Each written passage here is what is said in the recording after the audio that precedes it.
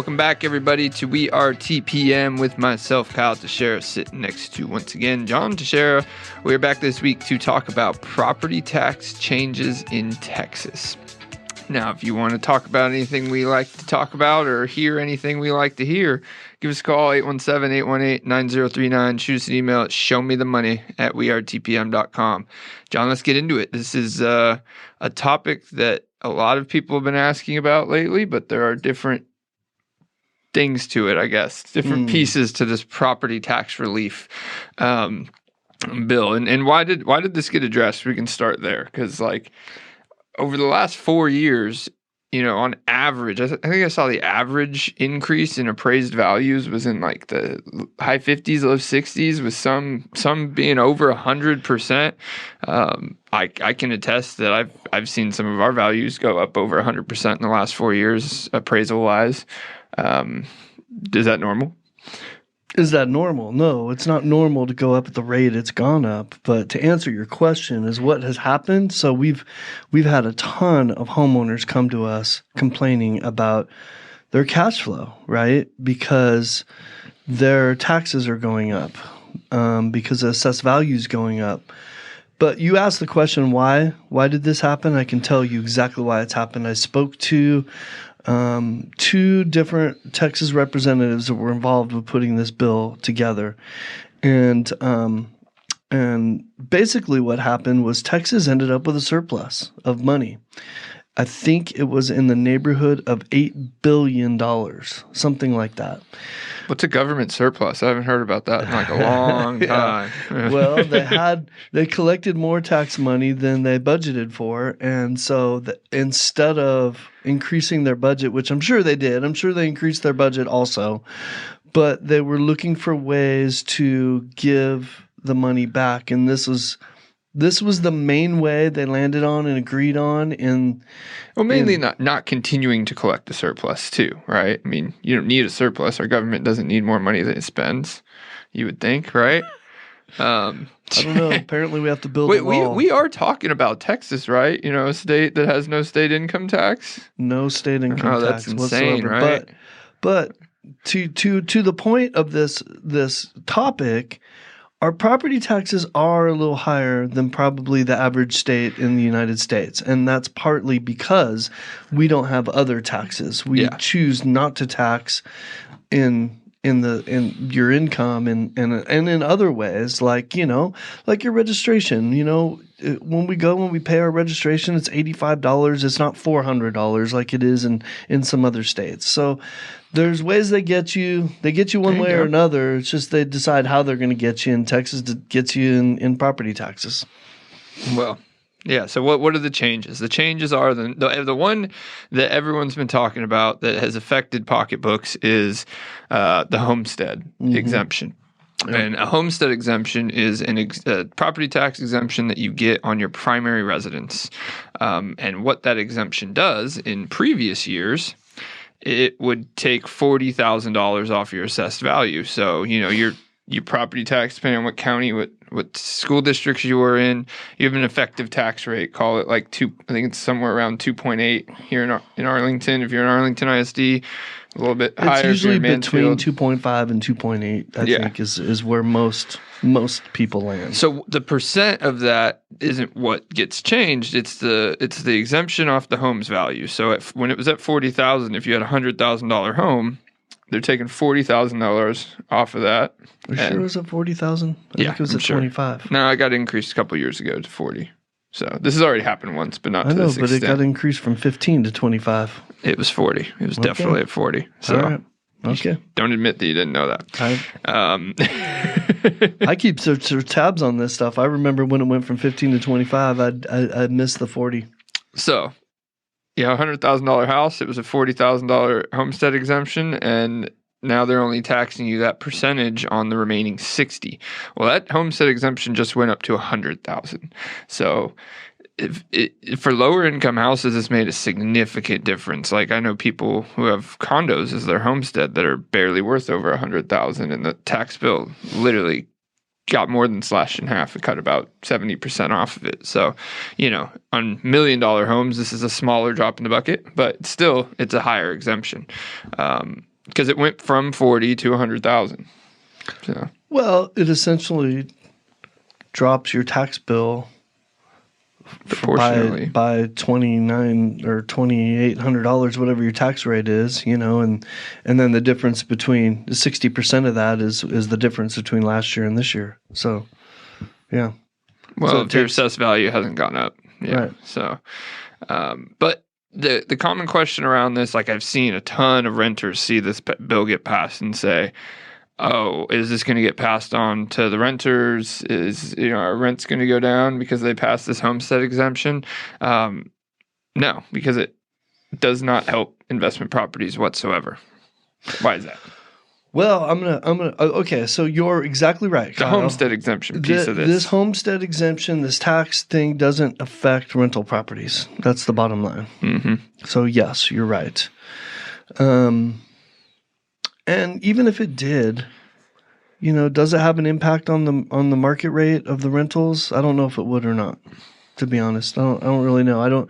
It usually doesn't have much of an impact. However, owners, 9 out of 10 homes are owned by or managed by the homeowner, and homeowners make emotional decisions, and they may go, "Hey, I don't know I'm not gonna raise your rate this year because I got $100 discount on my taxes." You know what I mean? Well, they wouldn't have though. But they wouldn't, because it's kind of a moot point because they're not getting that. They're not getting the homestead exemption on rental properties. But another thing this bill did do that can help rental properties was cap the 3-year increase. So it capped 3-year increase at 20%. 20%. So over a 3-year period, your appraised value cannot go up more than 20%. Now, what we just said, since 2020, a lot of them have gone up 60 to 100%. That would have helped before. It would have helped, yeah. Do we think it's likely that it's going to happen over the next 3 years? No. I don't. Is there another period in time when something happens 10 years from now that this could be extremely helpful? Maybe, we never know. But it'd be nice to never see that again because, yeah, people bought houses, especially rental properties, and then these appraised values going up just demolished their cash flow. But that brings us back to something we've said before. Appreciate your appreciation, right? You're paying an increased tax based on an increased appraised value, aka an increased market value. The value of your asset has gone up. That's why you're paying a higher tax. And you know what? It's still good for the future. Look, in the past, between 2000 and 2006, we had an enormous boom of property values. Between 2018 and 2022, we had an enormous boom in property values. It's about 20 years apart, right? Some, a little less. So everything goes in cycles. This is going to come back around. This is going to be an issue. And while the next 3 years, it may not be an issue, they may not be going up 20%. That's kind of everyone's prediction. That's my prediction, that it'll go up in a more steady, healthy way, right? Mm-hmm. But you don't know when that next boom is going to hit and how, then this will still be in place, hopefully, and it'll impact that boom. No, and it help investors plan, 3-year time horizon, you're not going to get more than a 20% increase on the appraised value. Not necessarily the taxes, but the appraised value. So this is all for both homeowners living in their homestead exempt properties and rental properties investors. It's another testament to a piece of yearly maintenance. Another yearly maintenance piece you should be doing every year is protesting your property taxes. Question: does the 20%, does that apply to rentals? Yeah. Yep. Yeah, that's just anything. Yeah, that applies to across the board. The appraised values across the board can't go up more than 20% over 3 years. So, and I know they previously tried to put a cap in, but that's what they landed at. Mm-hmm. So. This was definitely a compromise. I spoke to a gentleman who's one of our representatives that he was pushing for a lot more than this.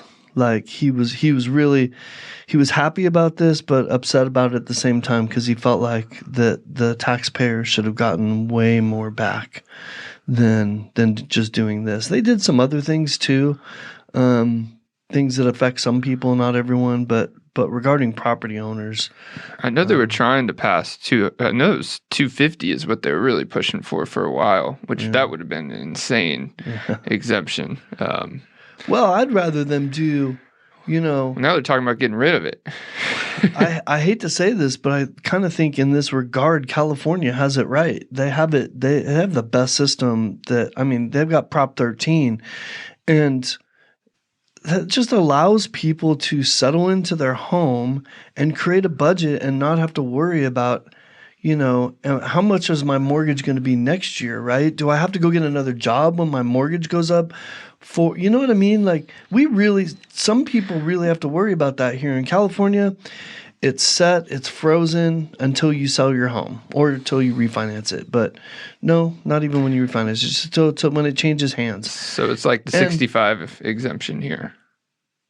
No, kind of, except it just freezes it wherever you're at. So pretend this went into place today. Whatever your tax rate is today is what you would have for the rest of the time that you own that home. Not tax rate, tax bill, right? The bill stays the same. Okay. The tax bill stays the same. Even I wanted a little clarity there because, this may be the only time I've ever heard you say California got it right on this podcast. It may be the only time I say it, too, because I'm not a big fan of how they do things, but I am a fan of that particular thing because, it's hard on families, especially in markets like that one where people are struggling just to own a home, just to survive and stay in their home. And, economies change constantly, and you don't know how they're going to change in the future. And it makes a lot of sense because, like, you're taxing unrealized gains. We talked about this in previous years about how they Congress put up a bill about taxing unrealized gains and how insane that sounds. Well, that's essentially what the property taxes are doing. They are taxing your unrealized gains every year. That's right. So that's right. And they're not just doing it once. Yeah. They're doing it every year. Yeah. So. Let's start a campaign to push for a Prop 13 type tax bill, Kyle. Let's do it. I saw that they're trying to. Let's just keep California out of it. Let's just not tell everyone that they may be doing that because they're already putting it up at least for a party vote on if you should just remove property taxes. In my mind, it's like, all right, well, that's just them trying to start the compromise at one really strong end of the spectrum, and maybe they'll meet in the middle with something like that because that would be awesome for investors and. That would actually help renters. If you think at it from that perspective, that is a change they could make that would help renters. I mean, everybody loves to blame landlords for the rent increases over the last couple of years. Well, these tax bills do. We've talked a lot how they don't have a direct correlation, but they do over time correlate. They do as the market starts pricing in these big tax bills because investors can't buy the new properties without considering these tax bills. That affects it, whether it's directly or indirectly. It ends up affecting it. Yeah. Can you? It's not like somebody sent you a notice that said, "Hey, because my tax bill went up, your rent's going up." That's a direct impact, right? Mm-hmm.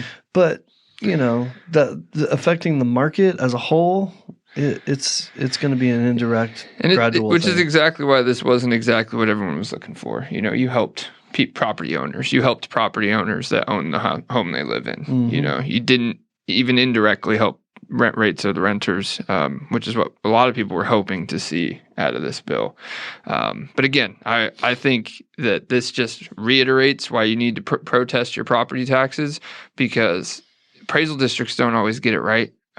They generally get it wrong, or they generalize an area. So if you're in an area with a bunch of luxury homes that have gone up, your submarket may not have gone up, and you have to go tell the appraisal district that. And protesting isn't hard. It's, there's companies that do it for you, but I see a lot of homeowners do it themselves and succeed just by saying, here's 3 sold comps in my neighborhood that are 20% less than your appraised value. So my appraised value should be 20%, and mine's not even as nice. So lower my bill by 30%. It's a good time of year. We ought to get the company that we use on our podcast here and talk about appealing property protests. Property taxes, that'd be a good one because it's something it's something else that you can do yourself or you can pay somebody to do. Right? It's just like anything else in life. You can go do it yourself. I've actually seen some pretty successful cases of people doing it themselves. Last year was the biggest protest success I've ever seen. I think we successfully protest and reduce the value of about 90% of the rentals that were protested. I mean, through this company, but also seeing the amount, like, for example, they charge a percentage of what they save you. So they save you nothing, it's zero. They save you a certain amount. The percentage of that is their fee. They're going to charge you $20 to $30, yeah. Yeah, so let me tell you, we paid them a lot of money on behalf of our clients last year because they saved them a lot in tax bills. So just because the appraisal districts, at least here in Tarrant County, let's just say did not get it right. Well, that brings up a good point. And don't forget that when they appraise when they come up with your appraised value, they do mass appraisals. Mm-hmm. If you think somebody's coming out and looking at your 3,800 square foot house in John Teixeira's subdivision, right? It's not happening, right? That's not what somebody's doing. In some cases, they take entire subdivisions, but usually they have their own little areas, right? So they may take it by zip code, they may take it by area 51 or whatever. You know what I mean? That's funny. I did area 51, but they mass appraisal a large area and say, okay, in this area, homes have gone up on average 16%. So they just mass appraise. They raise everybody in that area 16%, right? Well, that's not fair to all the houses there. Some are actually probably more and some are less. And that's not the exact way. I mean, you're generalizing this because it's what you have to do, but like they all do it differently too. I mean, there's an appraisal district in every county. That's true. Some of these less populated counties might come look at your house. I mean, I don't know. There's counties in Texas that are pretty small. I want to make sure they get it right. But, you can't really... You can't really... Everything's bigger in Texas, I thought. Yeah. Well, the amount of vacant land is definitely bigger in Texas. It's amount of areas you can drive through without gas stations. So they probably can just go like whatever county the 4-6 is in. That county appraiser could probably just go to that ranch and just appraise it and be done for the year. Like, we're done. That's it. Right? Yeah. They probably take up the whole county. Yeah, you could probably call it the 4-6's county. They do, or they just make up their value and tell the county, right? But you got to watch out doing that these days. So. All right, I see the comedy routine is kicked in. I love it. Well, property. I guess we've run out of content. No, I mean, people. I want to also tell people how easy this is because people think protesting is very difficult, right? Like you're going to go out in a fight with the county. No, they set a hearing date. You walk into an office with some guy that represents the county, and if you give any any kind of justifiable reason that's like, look, here's 3 listings, here's my property, boom, he's like, yeah, that makes sense. It's actually a board. It's actually a board of people that are that's why they call it a board. Yeah. It's a board of people that are appointed, and there's rules on like how many of them. So one of them has to be an attorney or a judge, and realtor. 2 of them have to be in the real estate space, and I believe that just any Joe can be also be on that board, but a certain percentage of people have to fall into some category like that. I know real estate is one of them. I think you have to have 2 real estate people on there. Yeah, but if you walk in there with good justification, it's going to be harder for them to fight you when they're looking at. They're dealing with all these protests all at once. You're only dealing with your property, right? So you bring them enough justification that they can back, then they're probably going to take it. Yep. That's really why, in some cases, single homeowners have the best results in protesting their property because they're not protesting like 100 of them. They're protesting one. Well, and because they know more about, hey, this is disintegrating and this is in disrepair, and the guy that we're hiring, he doesn't know that you need a new roof and your exterior paint is bad, and you know what I mean. And so if a homeowner can go make a case for those things, and that a bigger company cannot, unless you give them that information. Yeah, and most of the time people have additions, but I've seen cases where there was like, the property, the information on the tax doesn't match what your actual property is. Mm-hmm. Like, say it says they think it's 3-bedroom, 2-bath, 1,200 square feet, and it's really 2-bedroom, 1-bath, 800 square feet. Well, that makes a difference. That makes a significant difference on how they're calculating what they're calculating. So, I mean, some people can get in trouble by telling them that it's, there's the other side of that too. So maybe watch what you do when you're getting taxed on a 2-bedroom and it's really a 4-bedroom or something. So, but yeah, you guys, I think we're good on this topic. Yep, I think we killed it. It was nice to see some changes. This was retroactive, even though it passed in January. It does apply to 2023's tax bill. So I recently got a reduction in my mortgage for the first time ever. I did too in my personal property because there, as these analysis. So most of the mortgage companies once a year do an analysis on your escrow account if you're escrowed. Once they consider this decrease, it could go down. They could also be considering a massive insurance increase, so it might stay the same. That's kind of how mine looked. I was like, that didn't go down too much. I'm like, oh, my insurance went up 80%. So thank you for, because it's not just taxes and appraised values going up. It's what is it? Everything. Well, thanks to my son serving in the Marines, we've been able to push everything to USAA, and it's kind of offset that a little bit. So a little shout out to USAA. The insurance bill I'm talking about may be with USAA as well. So thank you, brother. Thank you for your service. Well, if you guys have any questions about this tax bill, how it won't help your rental without protesting it, but it will help it over a 3-year period into the future, give us a call, 817-818-9039. Shoot us an email at showmethemoney@wearetpm.com. John and Kyle are out. We gone.